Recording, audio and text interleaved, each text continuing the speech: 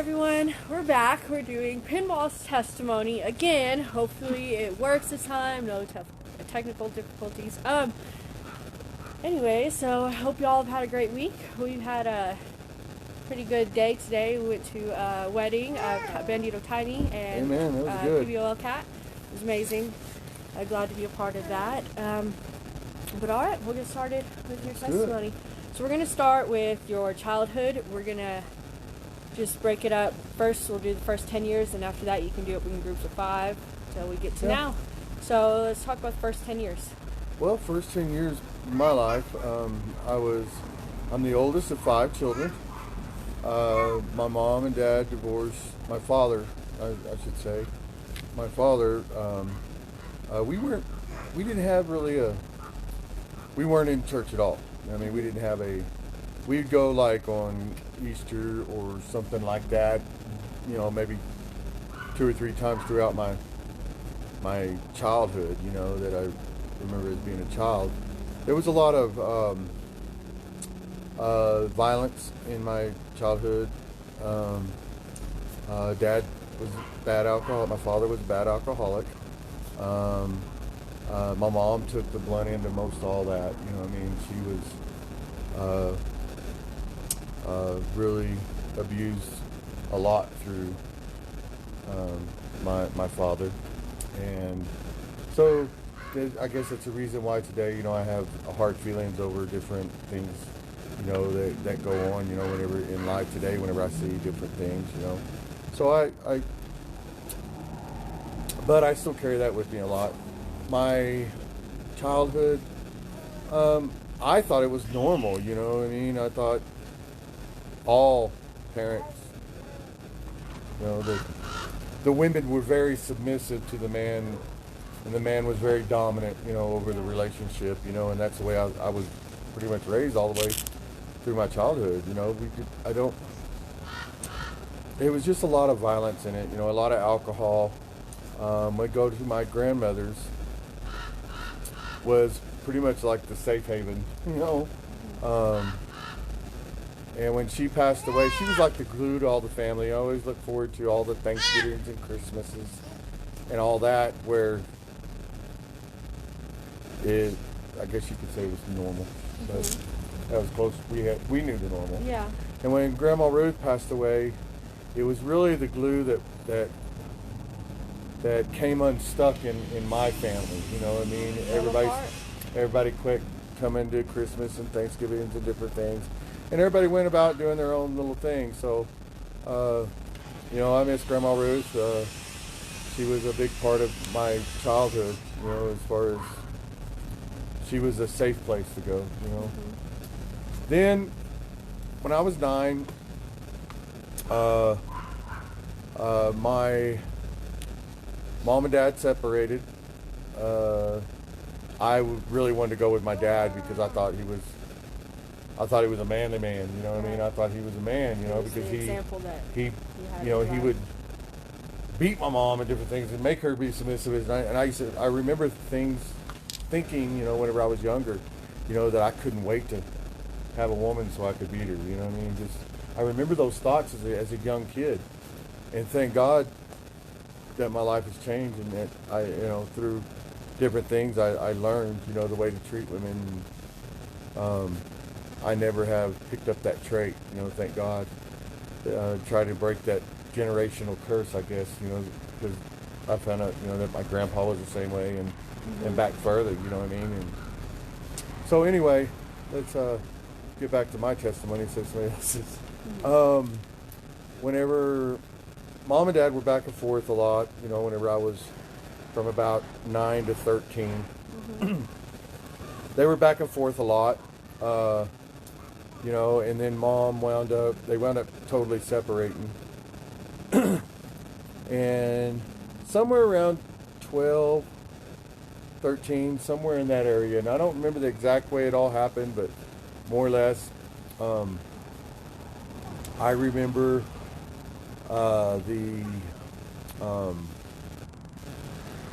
being staying the night at a kid's house, and the mom popping off to the dad and me saying, why didn't he just knock her out? You know what I mean? I remember saying that, you know, and the kid freaked out. The dad come and talked to me, you know, and that was our first little increment with CPS, you know, and then we weren't taken away then.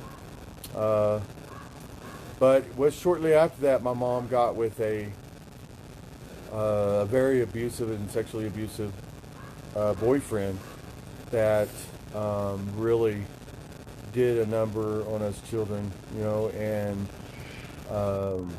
carried that, which was real hard for a long time, you know.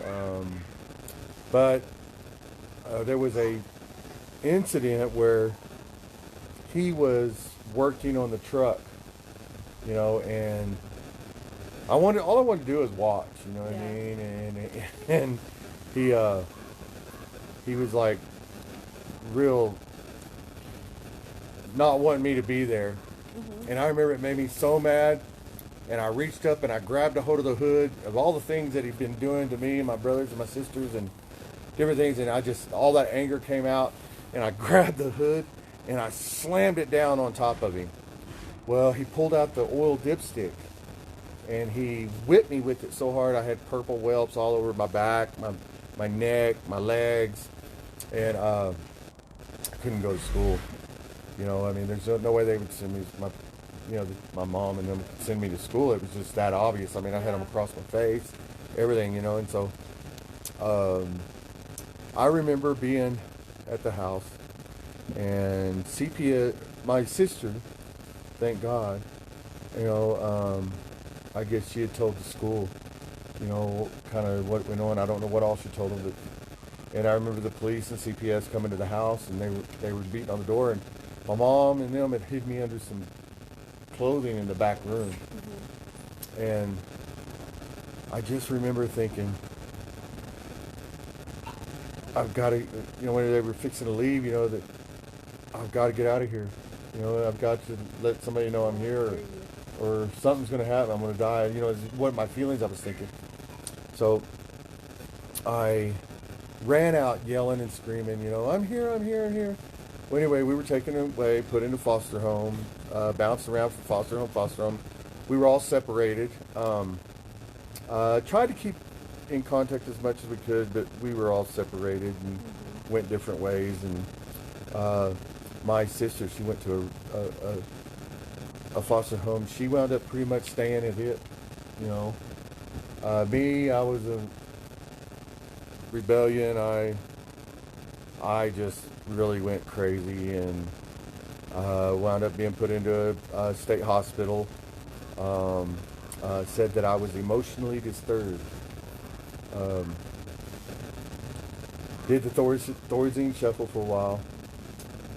Then after that, I was I went to a place called Darden Hills Boys Ranch in Driftwood, Texas, which is right out by Dripping Springs.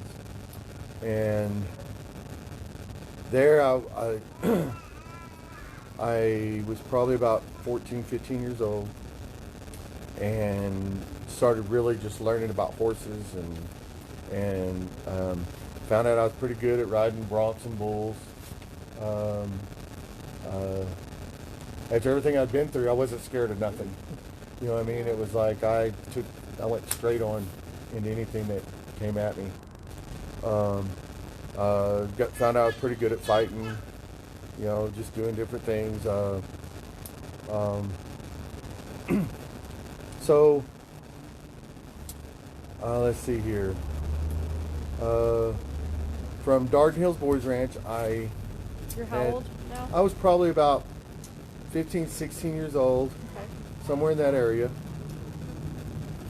And I was doing pretty good in school. You know, I was actually, you know, I wasn't happy because I was in a boys ranch. Right. Okay. Of course, you're being told what to do, and you're a teenager. You know, you don't want anybody telling you what to do. You know it all. You know, and so I was at that point, and I was actually trying to learn to control my anger and different things, and wasn't really helping, you know. I had a lot of anger issues towards, you know, both my mom and her boyfriend that was there, I had a lot of anger issues, you know, and didn't know how to vent those. Didn't know how to use them besides taking them out on other people, you know. And so I learned to do that pretty good. Learned to, you know, I wanted to ride the bulls. I was riding them, but I wasn't very good at it. I was better at the bronc, you know, and so I did pretty good at that. I won a few buckles and did a few things through high school and did all right. Well, then I found marijuana, you know. Started using marijuana, different things, you know, drinking, sneaking alcohol into the boys' ranch, you know. I was one of the older kids there, so, you know, like some of the younger kids, I, you know, would lead them along the way, you know what I mean? And it just wound up, well, I wound up getting kicked out of boys' ranch. And so it was about, I guess, almost 18, not quite. And got out, didn't know anything. Went to work trimming trees and met my first wife. Wound up having a few kids or through that. So between that and 25, right in there, what I'm talking about, in that area, I really got into shooting dope. I mean, it was just one drug after another. I just kept going, and chasing it. I was really headed down a real bad path of destruction. Taking him off and starting to get, his son a minute ago was right in her eyes. Now it's gone. So, really going on a path of destruction, just out for me. You know, I really self was just really coming out. You know. Yeah. And so then I was I never went to rehab. Never did anything like that. You know what I mean? I was just. I did go to some AA classes, things like that, trying to quit, you know, got into some trouble here and there. And then I met a man who was with a club, and his name was Mac, and he was everything I wanted to be in a man, you know what I mean? I just really looked up to him, and he was the closest figure I ever had to a dad. So still today I call him my dad, you know. He really showed me that, you know, how you're supposed to really treat a woman, and how you're supposed to do things. And, you know, I would love to say that, you know, whenever I met him and I started doing the things he was, you know, riding along with him, being with him, doing things, that I never relapsed and went back to a needle, but I can't say that, you know, because I did. Yeah. Several times, you know, I'd get clean and then go back, get clean and go back, you know. But I never knew God through any of this time.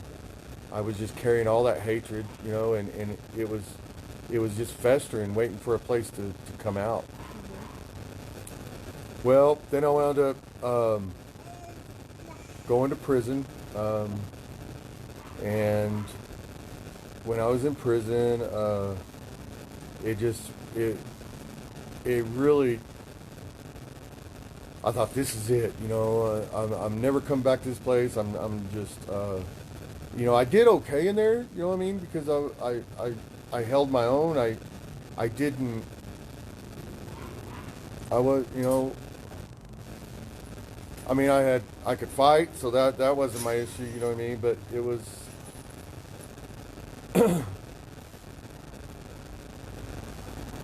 I just didn't like being told what to do. So this was not a good place for me, you know, so I did everything I could, you know, get through my time, do my time, you know. You know, you still, prison life, everybody knows, you got your clique you got to do, you know what I mean, you got to run your, do what you're supposed to do in there. Anyway, I did my time. They were going to release me on parole, and I was like, no, you let me out on parole, I'm going to revoke it and come back. So I wound up staying an extra year, and then once I was released, I was done. So whenever I got out, I didn't have no parole or nothing, and I was so thankful for that. The lawyer and everything got that arranged. I know it sounds crazy that you stay in, but I knew me. And I knew if I got out and I was on parole, I was going back. There's no way I could do it. So, oh. I heard it, I was like, making sounds. Yeah, I was like, oh. So anyway, let's see here. This was whenever I was about 30 in this area. Now, all through this, my 20s was like a blur. I really don't remember a whole lot of it. I do, but I don't, because it was really a blur, you know what I mean? It was a lot of drugs, a lot of alcohol, a lot of acid, shrooms, all those kind of things. I mean, if the only thing I really I did try it a couple times, but I never got into it, was heroin. I just never was. It wasn't my thing. I was more up and going, Yeah. Well, then I wound up getting out of prison, and I met my second wife. I got divorced while I was in prison. So whenever I got out, through my prison stage, we went through divorce, and so whenever I got out, I wasn't married anymore. My kids were in CPS custody, and I got out, and I was doing really, really good. Met my second wife. And we had a restaurant together, and her brothers, and so we were in this restaurant and doing really good, just really, I thought I was doing good, and so I wound up getting my son, MJ, getting full custody of him. My daughters,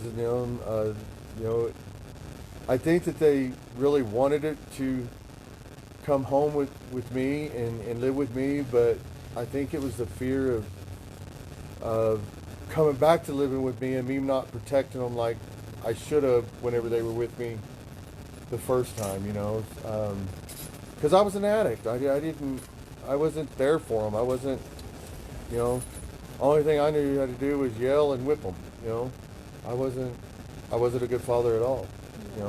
I was an addict, and and I regret that every day today, But me and my oldest daughter, we get along real good now, and so my son, he came to live with me, and he lived with me until he moved out at 18, right before 18, he moved out just a little bit before. He's doing real good, and I'm very proud of him. So let's move along. Got out of prison, was married, did real good in that marriage for a while, and then she wound up inheriting a bunch of money, and I tell you what, money is not good for anybody. When you're poor and you live paycheck to paycheck, then all of a sudden you got a whole bunch of money, it's not good, and I wound up going back to my old ways, doing the same old thing again, and going down that road, and here I was, I felt like that White Snake song, here I go again, then wound up getting a divorce with her. Wound up getting I wound up with hep real bad and stage 3 cirrhosis. Well, I wound up taking 3/4 of my liver and carried a bile bag for 6 months, a year, something like that, and they put plastic tubes in for bile ducts because I lost that part of my liver, and I was really I really thought I was going to die then, and the Lord kept me around for some reason. I didn't understand. I wasn't thinking of that then, but I just didn't understand why I didn't go. You know, I really didn't. Well, then I turned around and I became, the doctors told me, said, well, you got 2 to 3 years left, you know, and there's nothing we can do unless you come up with $200,000 for this treatment. And I was like, well, here I'm an addict, you know, love the club life, you know, and now I've got to come up with $200,000 or else that's it. So I said, well, I left Amarillo and I went to Albuquerque. I lived there for a little bit, and then there was a rally in Ruidoso. And I came here to Ruidoso, and I seen that rally, and I was like, I really remember thinking, this is where I'm going to come to die.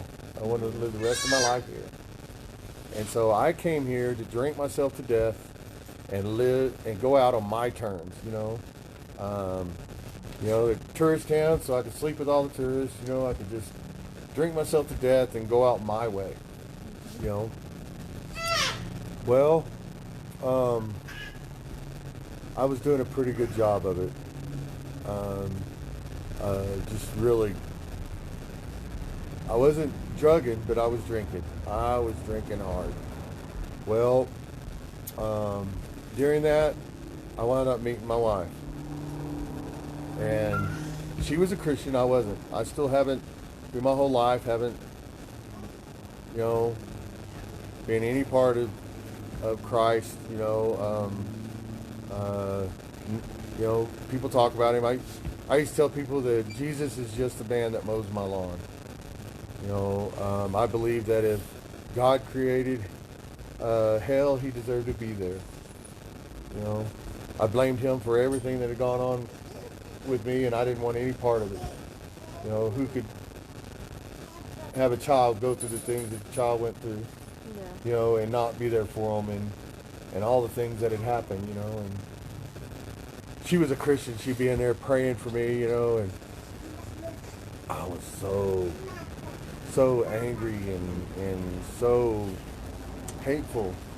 I don't know why she stuck with it. I really don't. But God put that love on her heart, I guess, you know. But anyway, we were dating. I was still drinking, doing all the different things I was doing, and you know, she told some of her testimony that if you go back, you can watch. So I'm not going to go into her testimony on things, but we was down at. She had those little duties a female does for a man, and she says, well, you don't go to church, I'm not doing those duties no more. And that's about the cleanest way I could put it.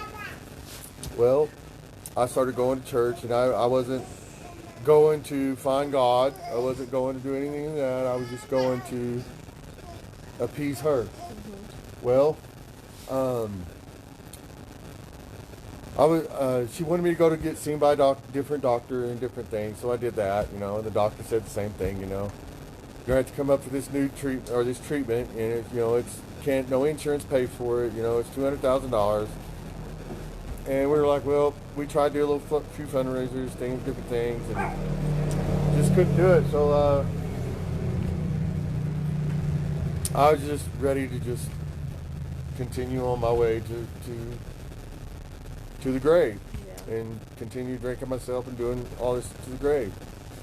Well, we was going to church down there, and Lacey had mentioned to the pastor and everything, you know, about my situation, and they asked if they could pray around me. Well, I didn't know what they were talking about, you know what I mean? So they put me in this chair, and everybody gathered around me, and I'm sitting there, and you're putting their hands on me, and they're all, to me, it was chanting.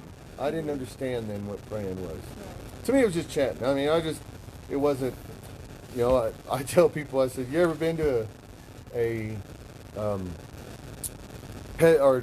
not a petting zoo, but a like Petco or any place like that, pet store, and got the little puppies and you pet them and they pee all over themselves. Well, that's how I felt, you know, but I didn't pee on myself. That's how I felt. I hope not. That's how I felt, you know, and I just felt totally awkward, just like, this isn't right. Couldn't wait to get out of there. Once we got out, it was a little bit later. The doctor calls me and says, well, we need you to come down here and start this treatment. And I said, there's just no way. I can come up $200,000. I'm not doing that treatment. He says, well, the treatment's been paid for. So we just need you to come down and start the treatment. And I was like, well, who paid for the treatment? He's like, well, it was anonymous. We just let you know that the treatment's been paid for. You just need to come down and start it. I was like, well, okay, yeah. That's awesome. You know, so we started the treatment. Well, a year and a half, I was total bed sick. Like one of the worst cancer patients. I mean, that chemo just really just did a number on me, you know what I mean? And just really, I was very sick, couldn't eat, lost a whole bunch of weight. I lost all my manhood through that. Lacey, she was just a hummingbird. She was just amazing to that, taking care of me. You know, I mean, I defecated on myself. You know, I mean, everything. She'd come clean me up. And it was just really bad. But about a year after it, I started actually slowly. Each month, I'd get a little better. Went from a wheelchair to a walker, to actually having a cane, being able to get out and going out and about with the cane, and moving around, you know, and actually getting up to go to the bathroom by myself, you know, and without help. And well, about a year and a half after starting the treatment, my doc calls and says, well, we need to, I need you to come in and do blood work. And I was like, okay. He says, so we need to see where your stats are at, you know, and review it. All right. So I go in and I do blood work. And he says, okay, just come back in 2 weeks and we'll review it. I'll have all the results back in 2 weeks and we'll review it. And all right. So 2 weeks later, I get ready to go in. Actually, it's about a week later. Get ready to go in, waiting for him to go in. He calls me back and says, hey, we're going to postpone your appointment. I need you to go up and redo your blood work. And I'm like, why? You know, he says, well, I don't want to get into it right now. I need you to go redo your blood work. Mm-hmm. Well, of course, my mind is like freaking out. I'm thinking, worst case scenario. Worst case scenario. It's the things human flesh does. Satan gets in there, and I was thinking, if they want me to do this treatment again, I'm not doing it. I'd already talked with Lacey or Hummingbird and said, it's not happening. I'm not doing it. You know, I'd just rather die. You know, I mean, I can't go through that treatment. I can't go back to that, you know, being that way. Mm-hmm. I would rather die on my feet, you know, than die in a bed again. You know, I just can't do it. Well, so we did the blood work, waited 2 weeks, and he says, well, okay, you come on into the office. So we went into the office, and we're sitting there, and I'm preparing myself for the worst, and I'm already ready to put up a fight against him, telling him, you know, we're not doing it, you know. And he comes in, he says, well, I don't know what to say. He says, I've never seen nothing like it, but your liver is totally healed. You don't even have a fibrosis, you know, where you would have cirrhosis, you know, and then it goes to fibrosis. He says, you skipped fibrosis. Your liver is functioning as a full liver. It shows, you know, there's a little scarring, but no fibrosis. Just go and live your life. And I was like, I couldn't believe it, you know. Well, that next Sunday after it, you know, I was still like stunned through it. And we were at church, and the pastor was preaching. I can't even tell you what he was preaching on. But the Holy Spirit just hit me so bad. I know that's what it was now. Mm-hmm. I jumped up and just walked in the middle of his sermon, walked straight up that aisle, and I got up there on that altar and got on my knees, and I just started blurting out sins I'd done and different things I'd done and asking for forgiveness. And the pastor's walking over going, "Okay, Pinball, okay," tapped me on the back going, "Now here, we'll talk about this after church." Because I was blurting out things that should not be blurted in church. But I wanted it. Yeah, I wanted it gone that bad, you know. And I knew right then that God had put the money in place for me to get the treatment, put the woman in place to take care of me through the treatment, and brought me to do what I'm doing now. I really see God's hand through it all. I didn't then, but now I see it. Well,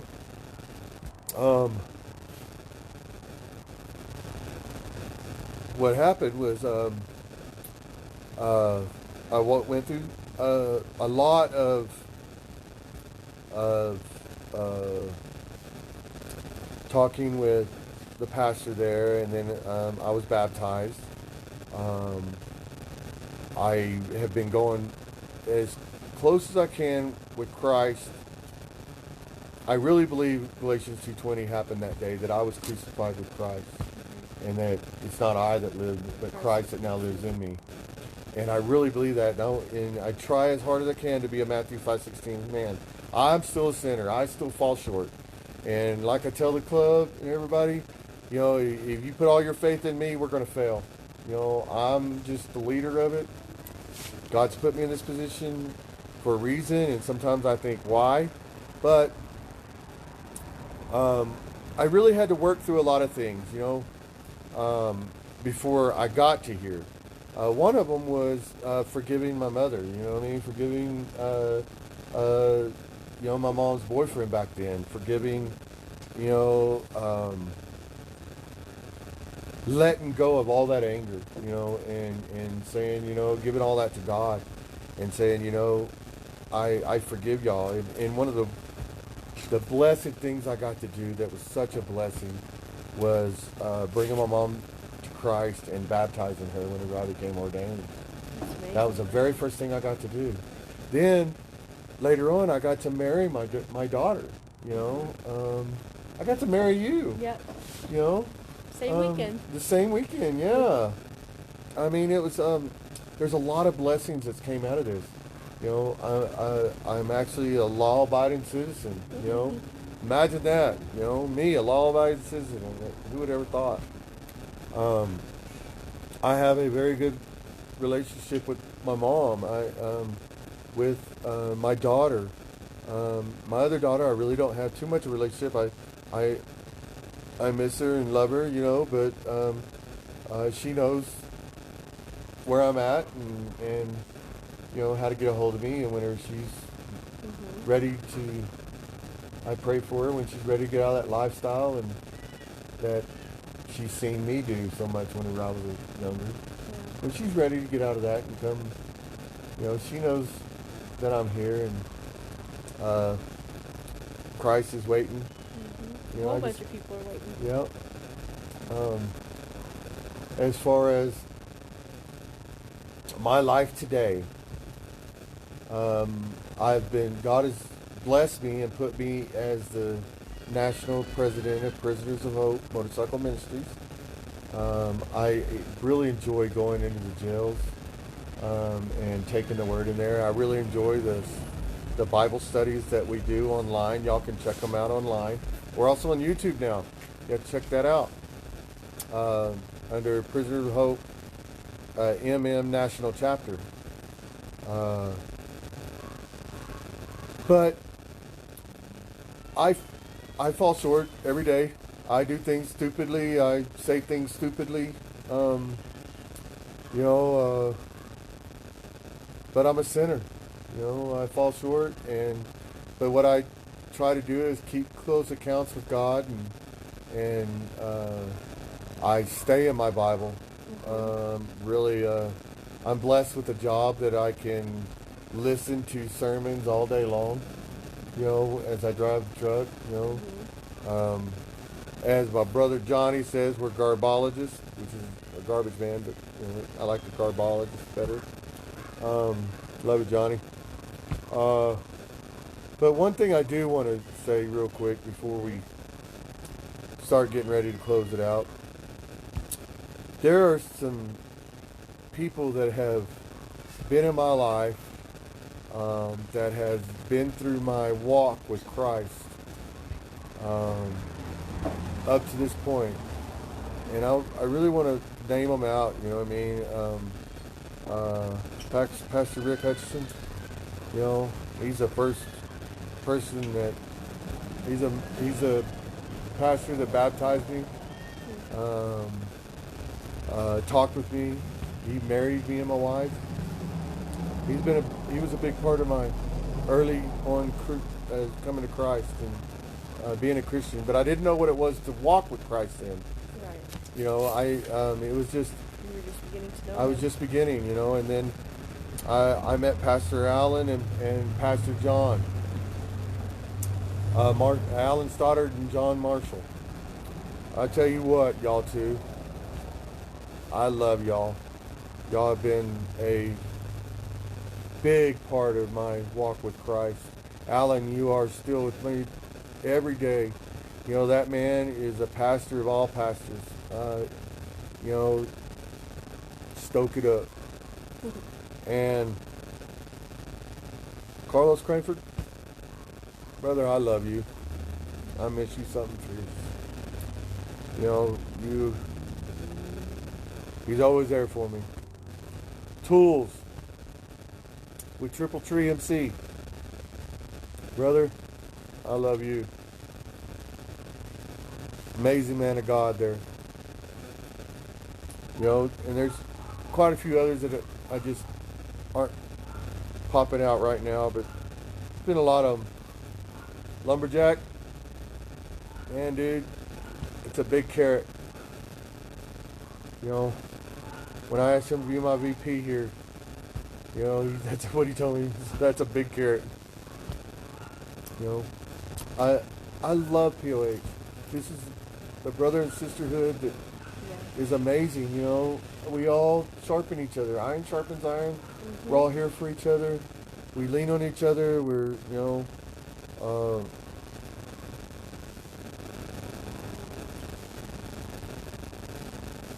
God has got his hand in this, and sometimes I wish he'd just tell me what he's doing, but I don't understand some of it, but I'm glad he's doing it, and the way he's using it, he's playing it like a well-oiled violin, and I love it. God has blessed me in so many ways with Calvary Chapel, Ruidoso. Each and every one of y'all there, I love y'all. I thank y'all for your knowledge. Vern, I want to thank you for your inspiration. And that is me up to almost 50. So hopefully it all went through this time. Yeah, no technical difficulties. I hope you heard it all. It was worth hearing if you did. And if y'all have any questions, y'all want to learn about POH, Prisoners of Hope, learn about us, talk to us, shoot us text on here, private messages. Comment on here, anything. You know, call us, let us know, you know. We love y'all, and God bless. Have a great night, y'all. Bye.